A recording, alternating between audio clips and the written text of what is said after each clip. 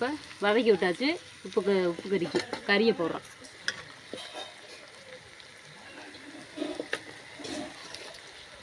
உப்பு கறி எங்கள் வீட்டில் உப்பு கறினா தாங்க எல்லாருக்குமே பிடிக்கும். எங்கள் அண்ணன் ஒருத்தர் இருப்பான், ஊருக்கு போயிட்டா. உப்பு கறி திறக்கும் போதெல்லாம் அவன் ஞாபகமும் வருது பாருங்கள். உப்பு கறினா நாங்கள் அப்படியே அடுப்பை சுற்றி உட்காந்து ஆளுக்கு ஒரு கிலோத்தில் எடுத்து வச்சு சாப்பிடுவோங்க.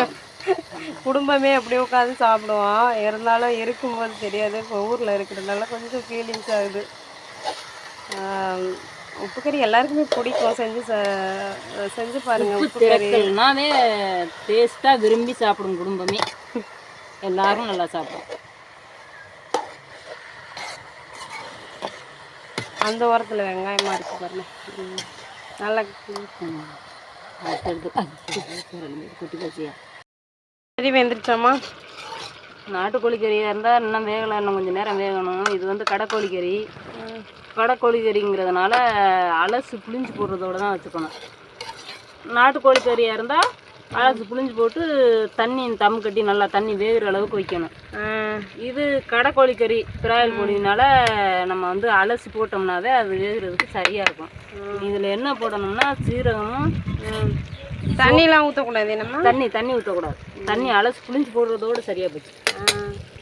இனி அதில் என்ன போடணும்னா சீரகமும் மிளகும் கொஞ்சம் மினிக்கு கொண்டாந்து போட்டு அதை ஒரு கிண்டி விட்டுட்டு இறக்கி சாப்பிட வேண்டியதுதான்.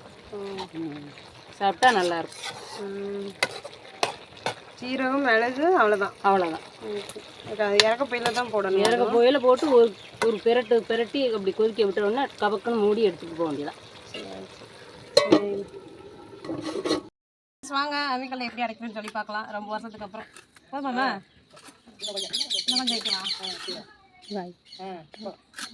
மிளகு போதில்ல.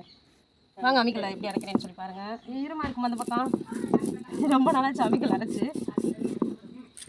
அந்த பக்கம் இப்போ தான் குழம்புக்கு அரைச்சாங்களா, அந்த ஈரமாக இருக்குது. அம்மிக்கல்லோட நான் தான் உருண்டு போகிறேன். வாங்க அம்மிக்கல் அரைக்கலாம். அம்மியில் அரைச்சா அந்த இதை போட்டாச்சுங்க.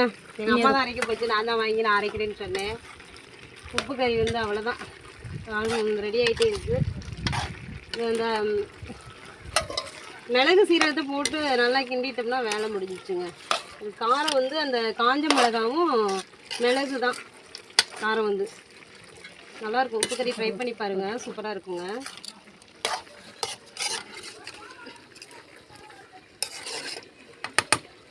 ஒரு கொதி வர ஊற்றி அப்படியே இறக்கி அவ்வளோதான்.